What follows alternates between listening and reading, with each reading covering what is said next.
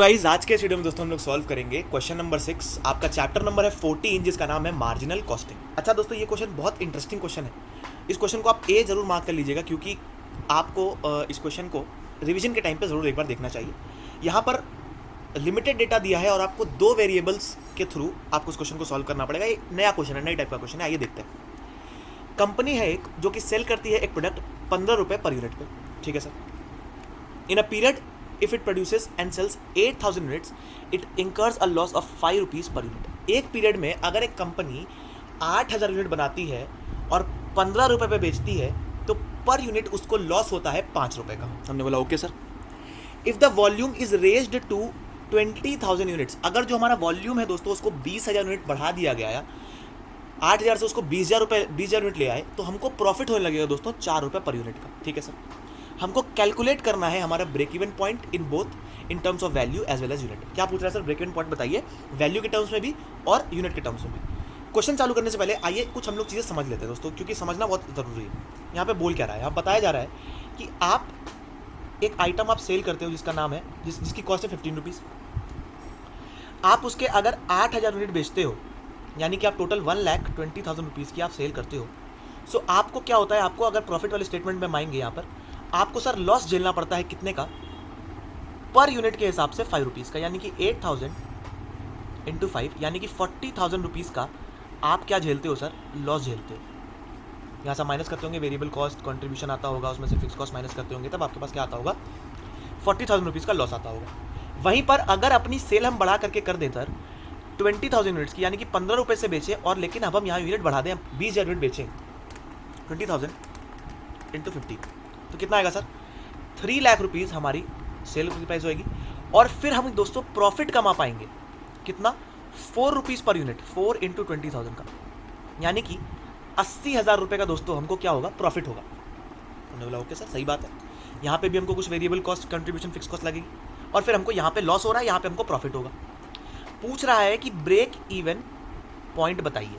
अब हम बोले सर हमारा बहुत लिमिटेड डेटा है, हमारे पास खाली सेल्स का फिगर दे दिया है और प्रॉफिट का फिगर दे दिया है, इससे निकाल पाना, कंट्रीब्यूशन तक पहुंचना, इससे ब्रेक इवन पॉइंट तक पहुंचना, फिक्स कॉस्ट तक पहुंचना बहुत मुश्किल हो जाएगा। एक इसके लिए हमको फॉर्मूला ईजाद करना पड़ेगा, हमको खुद का दिमाग यहाँ पर लगाना पड़ेगा। कैसे दिमाग लगाएंगे आइए देखते हैं। एक चीज़ बस हमको याद करनी है, यहाँ पर हमारा जो स्टेटमेंट है कैसे, sale less variable cost gives you contribution, less fix cost give you profit.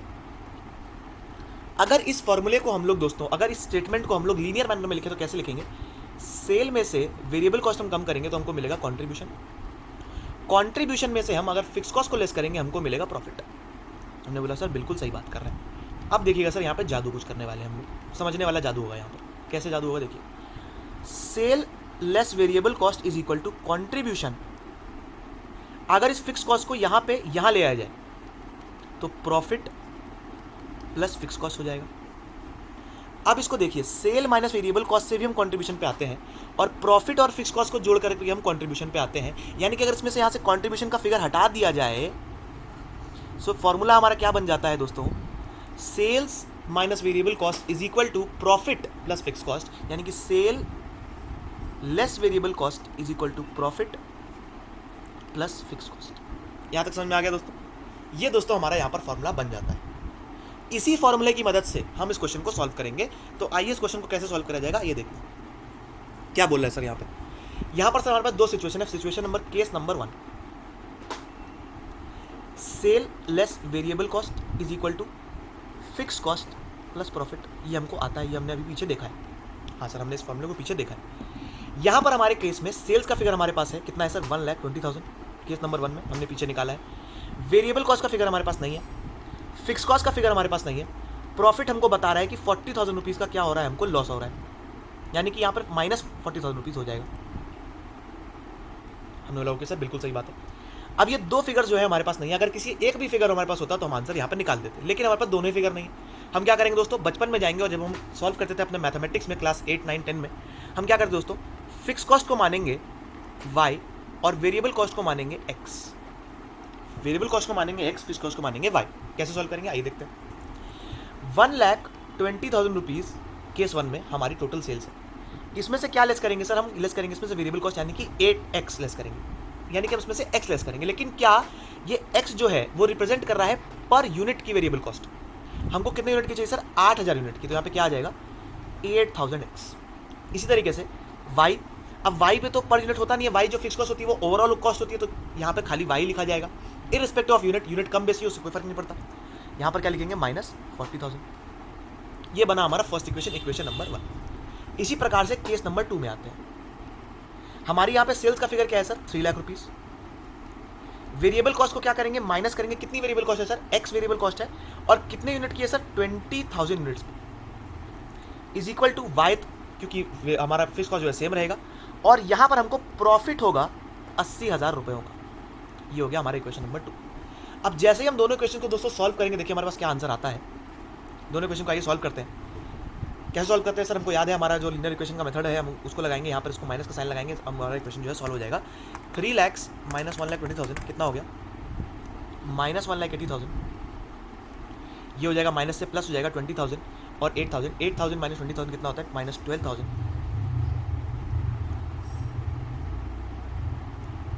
x is equal to, ये माइनस हो गया, ये प्लस है, ये कट जाएगा, ये माइनस हो जाएगा, माइनस माइनस होता है प्लस, इज इक्वल टू 1,20,000।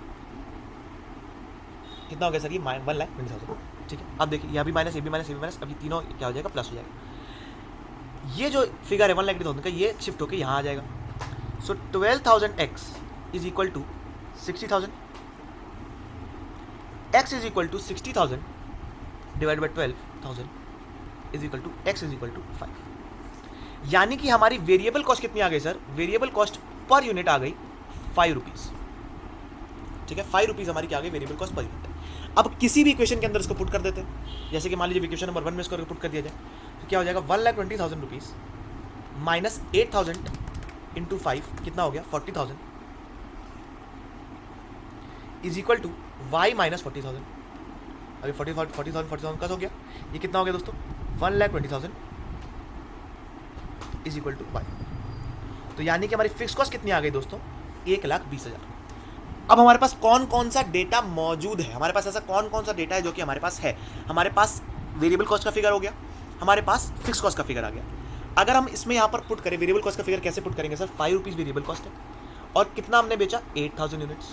तो कितना आ गया सर यहाँ पे? 5 इंटू 8,000 40,000। कॉन्ट्रीब्यूशन कितना आ जाएगा सर? 80,000 रुपये का। और फिक्स कॉस्ट हमने निकाली है अपनी 1,20,000। तो जैसे ही आप सॉल्व करेंगे देखेंगे आप कि यहाँ पर लॉस आ जाएगा 40,000 का। वेरीफाई करने के लिए यहाँ भी कर लेते हैं। 15 इंटू 20,000 कितना आएगा? Sorry 5 into 20,000 1 lakh. हमारा अब कॉन्ट्रीब्यूशन कितना आ गया? 1,20,000। सॉरी कॉन्ट्रीब्यूशन कितना आ गया? 2 लाख। इसमें से लेस किया हमने फिक्स कॉस्ट को। फिक्स कॉस्ट कितनी निकाली थी हमने? 1,20,000। और हमारा प्रॉफिट आ गया 80,000। लेकिन हमसे ये तो पूछा ही नहीं था। हमसे क्या पूछा था? हमसे जो पूछा था वो तो आप बता ही नहीं पा रहे हो। हमसे पूछा था सर ब्रेक इवन पॉइंट, यानी कि हमसे पूछा था बीईपी। बीपी कैसे निकलेगा sir? Fix cost divided by contribution per unit या पीवी रेशियो। चलिए पीवी रेशियो ले लेते हैं। Fix cost divided by PV ratio कैसे सर? फिक्स कॉस्ट हमारे पास कितनी है सर? 1,20,000 और पीवी रेशियो आइए हम निकाल लेते हैं। पीवी रेशियो कैसे निकलेगा sir? Contribution divided by sales. 1 unit बेचते हैं 15 रुपये में, और कंट्रीब्यूशन मिलता है 5 रुपीज़ का। कंट्रीब्यूशन नहीं मिलता है 5 रुपीज़ का, वेरिएबल कॉस्ट है 5 रुपीज़। वेरिएबल कॉस्ट क्या है दोस्तों? 5 रुपीज़।